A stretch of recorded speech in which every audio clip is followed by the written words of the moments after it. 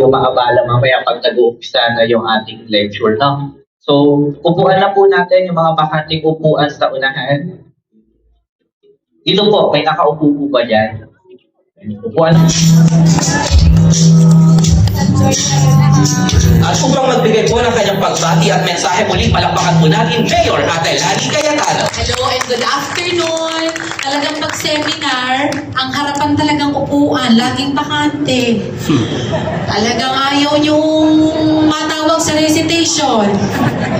Kamusta po ba? Kamusta po ba ang pakikinig ninyo sa ating lecture? Okay lang. Meron ho tayong natututunan so far.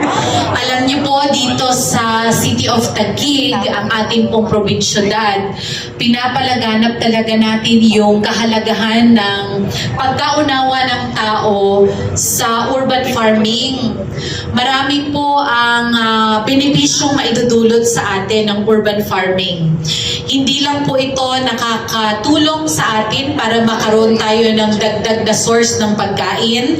Nakakatulong din po tayo sa pagpapaganda ng air quality dahil ang mga halaman po, kahit anong uri man po ito, ay tumutulong po sa kalidad ng hangin. Bukod pa po dyan, sa pataas na presyo ng mga bilihin, iba na rin po yung may kaalaman tayo sa pagtatanim sapagkat maaari natin itong maging source ng personal na pagkain ng pamilya o kaya naman ay maging source pa ng livelihood.